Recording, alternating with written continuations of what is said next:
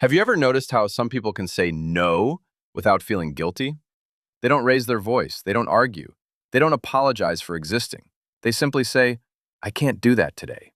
And somehow, people still respect them. Now, compare that to someone who says yes to almost everything. They help, they stay late, they solve other people's problems. They're always available. Everyone calls them kind. Everyone says they're reliable. So why do they often end up exhausted, while the people who seem to give less are treated with more respect? At first, it doesn't make much sense, until you realize something that changes the entire question. This isn't really a story about kindness. It's a story about approval, and those are two very different things. Imagine you decide to run a simple experiment, just for one day. You stop saying yes when you actually mean no. Not to be rude, not to prove a point, not to start conflict. You simply answer honestly. A coworker asks if you can finish part of their project. You say, I can't today. A friend wants to make last-minute plans. You're drained. Instead of forcing yourself to go, you say, let's do another day. A family member starts giving advice you never asked for. You smile and reply, I appreciate it, but I'd like to figure this one out myself. Nothing dramatic happened. No one was attacked. No one was insulted. You were simply honest. And yet, there's a good chance someone would tell you, you've changed. Maybe they'd call you distant, maybe selfish. Maybe they'd ask, what's gotten into you? Here's the strange part. You didn't become less kind. You just stopped being automatically available. Those aren't the same thing. Most people spend years confusing them. Let's talk about someone we'll call Michael. Not because this story is about one person. It's because parts of his story show up in millions of lives. Michael is the guy everyone depends on. Need someone to stay late? Call Michael. Need help moving? Call Michael. Need someone to listen for 2 hours after a breakup? Michael will answer. If you ask the people around him what they thought, they'd probably say, he's one of the nicest people I know. And they'd mean it. But there's another part of the story they never see. Every time Michael agrees to something he doesn't actually want to do, one thought flashes through his mind. What if they think I'm selfish if I say no? He doesn't notice it anymore. It's become automatic, like fastening a seatbelt or checking your phone without thinking.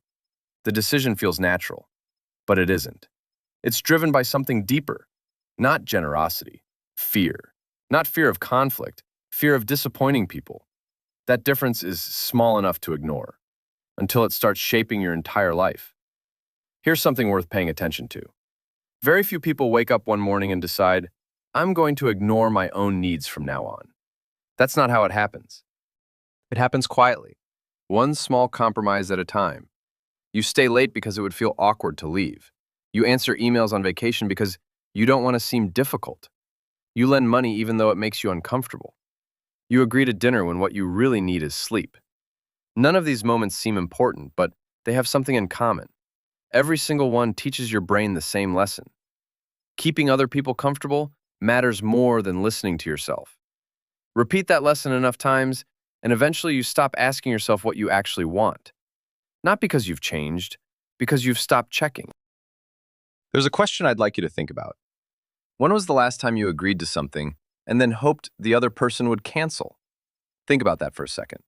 Maybe it was a meeting, a favor, a phone call, a family gathering. You said yes, then quietly wished it wouldn't happen.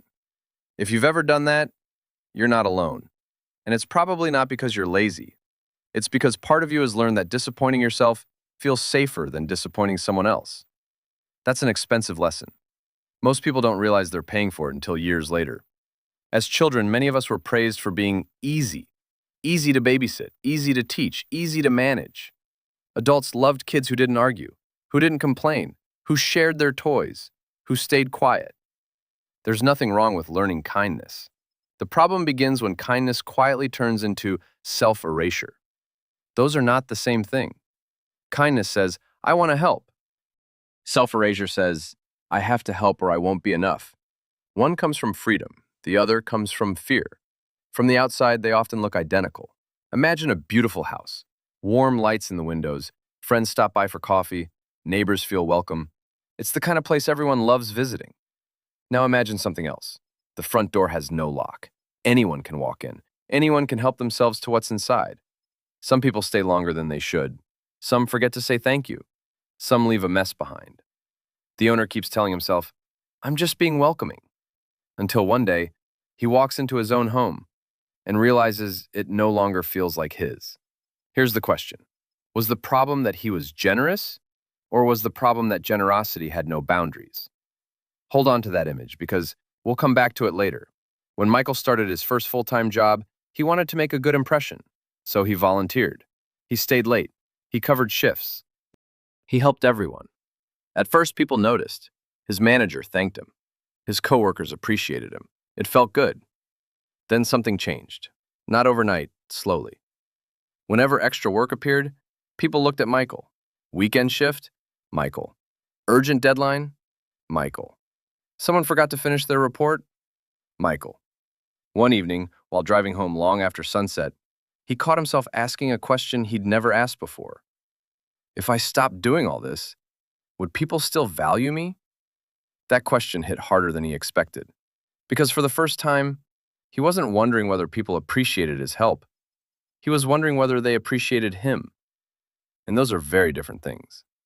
Most people spend years trying to earn love, respect, or belonging by becoming more useful.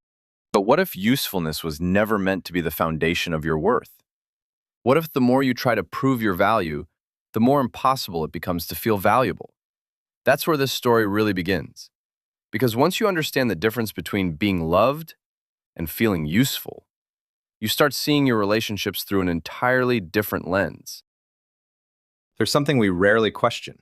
We celebrate the people who are always available, the friend who answers every call, the coworker who never complains, the family member who somehow holds everyone together.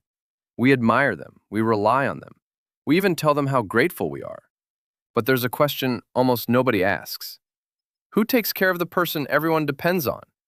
Because here's the uncomfortable truth. Being needed and being valued are not always the same thing. Sometimes they overlap, sometimes they don't, and confusing the two can quietly shape an entire life.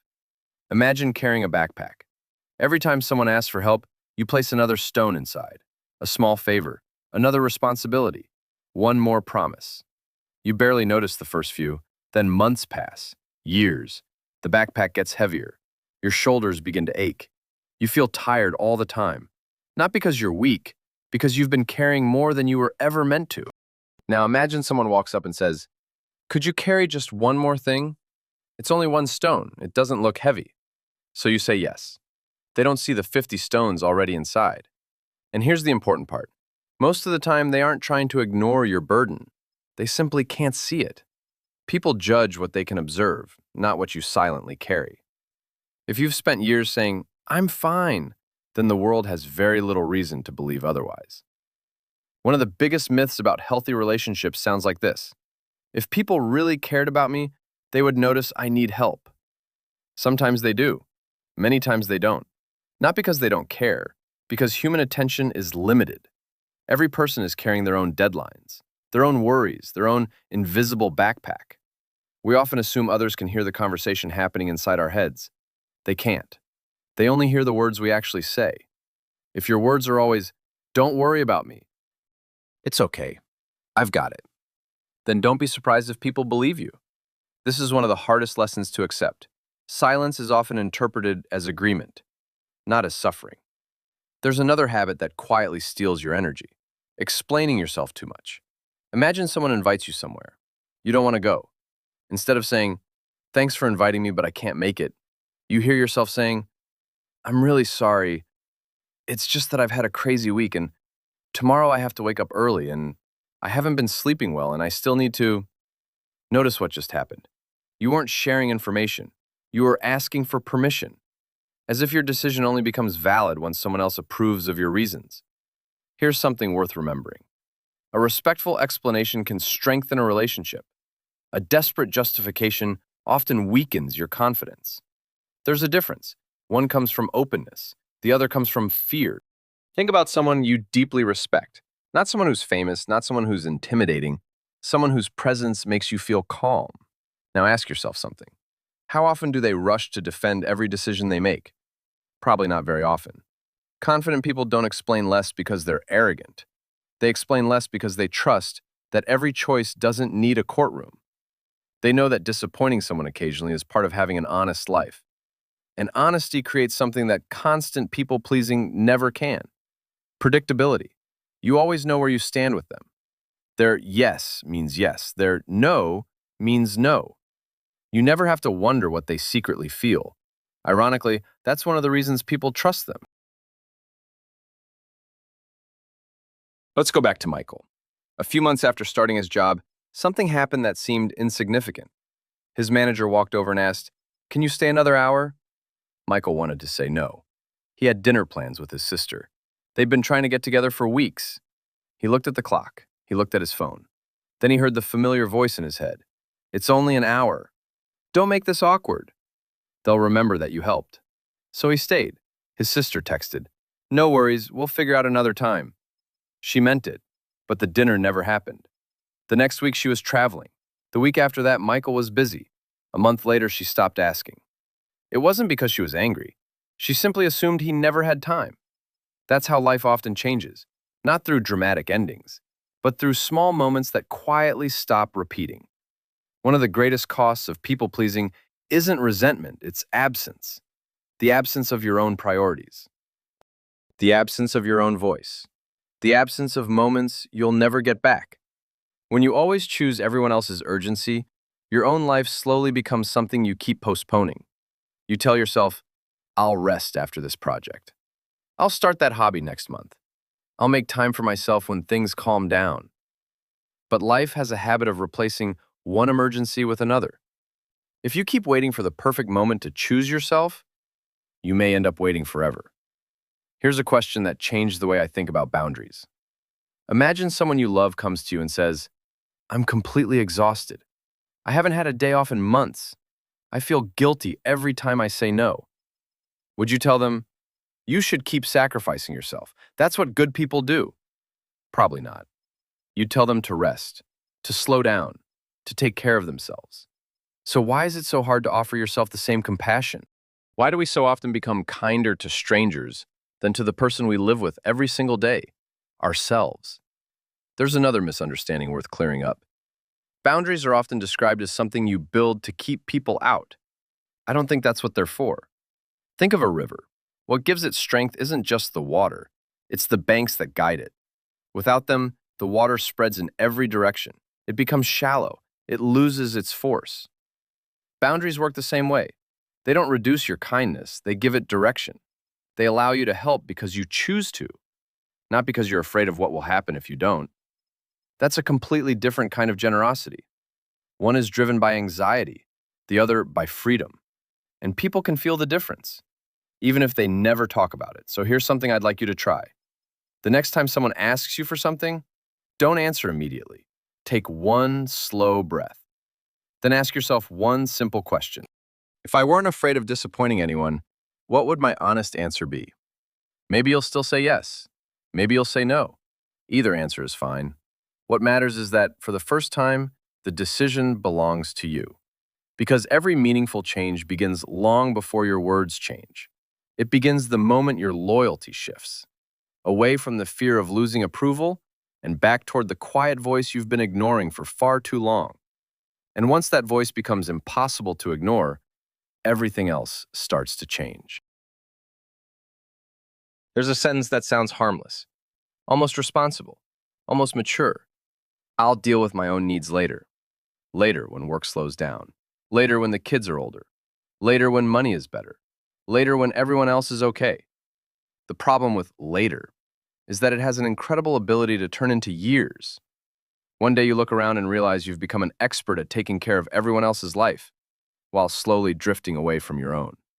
Not because you made one terrible decision, because you made thousands of small ones. Each one seemed insignificant. Together, they became a life. One of the biggest misconceptions about self-respect is that it's something you either have or you don't, as if confidence were a personality trait, something you're born with. I don't think it works that way. Self-respect is built through evidence. Every time you honor your own values, your brain notices. Every time you keep a promise to yourself, it notices.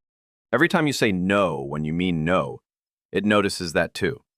The opposite is also true. Every time you betray yourself to keep someone else comfortable, your brain records that experience. Not with words, with patterns. Over time, those patterns become your identity. That's why confidence isn't usually lost in one dramatic moment.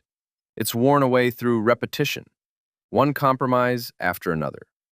Think about trust for a moment. If a friend kept breaking promises to you, how much would you trust them after a year? Probably not very much. Now ask yourself a harder question. How many promises have you broken to yourself? How many mornings did you promise you'd slow down, only to fill every empty space with more obligations? How many weekends did you promise you'd rest, then spend apologizing for not doing enough? How many times did you hear yourself say, "Next week will be different"? Eventually, something unexpected happens. You stop believing yourself, not because you're lazy, because you've taught yourself that your own needs are always negotiable. And that's a painful place to live. Let's go back to the house. Remember the one with no lock on the front door? Imagine visiting that house a year later. Something has changed. The house looks exactly the same. The lights are still warm, friends are still welcome, there's still laughter coming from the kitchen. The owner didn't build a giant wall. He didn't surround the house with fences. He didn't put up signs telling everyone to stay away. He made one small change. He installed a lock. That's it. Now people still visit, but they knock first. And somehow, that tiny change transforms everything. The house doesn't become less welcoming, it becomes safe. For the first time in a long time, it truly belongs to the person who lives there. That's what healthy boundaries are. They're not walls, they're a front door that you get to open. Many people are afraid that if they stop pleasing everyone, they'll lose the people they care about. Sometimes that's true. Some relationships become uncomfortable when you stop abandoning yourself. But here's something worth asking. If a relationship only works when one person is constantly sacrificing their own peace, what exactly is being protected? Love or a pattern?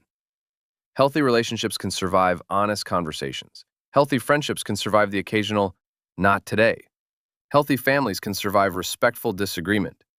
What usually struggles isn't love, it's control, or expectations that were never questioned. There's an important difference. One day, Michael did something that would have seemed impossible a year earlier. His manager asked him to stay late, again. Michael took a breath. He looked up and said, "I can't tonight. I already have plans." He waited for the disappointment, the frustration, the lecture. Instead, his manager paused for a second and replied, "Okay, I'll ask someone else." That was it. A conversation Michael had rehearsed in his head 100 times lasted less than 10 seconds. Think about that. How many arguments have you lived through that never actually happened? How much energy have you spent preparing for reactions that existed only in your imagination? Fear has a way of making ordinary moments feel much larger than they are. Reality is often quieter. This doesn't mean every conversation will go well. Some people won't like your boundaries. Some may even push back. Not because your boundaries are wrong, because they're different. People naturally adapt to the version of you they've always known. When you change the pattern, the relationship has to adjust. That adjustment can feel uncomfortable. But discomfort isn't always a sign that you're making a mistake. Sometimes it's simply the feeling of growth. The first workout is uncomfortable. Learning a new skill is uncomfortable. Telling the truth after years of staying silent is uncomfortable. None of that means you should go back. Here's something I wish more people understood. Kindness without honesty eventually becomes resentment. Because every forced yes quietly asks for something in return. Recognition, appreciation, gratitude. And when those things don't arrive, disappointment grows. Real generosity is different. It expects nothing because it wasn't forced. It comes from choice, not obligation. That's why learning to say no doesn't make your yes less meaningful. It makes it real. So maybe the goal was never to become tougher. Maybe it was never about caring less. Maybe the goal is much simpler. To stop measuring your worth by how useful you are. You were never meant to earn your place in people's lives by constantly proving yourself. Your value isn't determined by how available you are, or how agreeable, or how much you sacrifice. Those things may describe what you do. They should never define who you are. Tonight, before you go to sleep, I'd like you to ask yourself one question. Not, who expects the most from me? But, where have I been abandoning myself to earn approval? Don't judge the answer, just notice it. Awareness is where change begins. You don't need to transform your entire life tomorrow. You don't need to become a different person. Maybe all that's required is one honest conversation, one respectful boundary, One decision that reflects what you actually believe instead of what you're afraid to lose. That's how people change, rarely through one dramatic breakthrough, almost always through small decisions repeated consistently. And maybe that's the real definition of strength. Not becoming harder, not becoming colder, not needing anyone. Real strength is being able to stay kind without disappearing, to stay generous without running yourself empty, to love people without abandoning yourself. Because at the end of the day, the person who needs your honesty the most isn't your boss or your friends or your family. It's the person you'll spend every single day with for the rest of your life. You. And perhaps the most important relationship you'll ever build is the one that finally allows you to come home to yourself.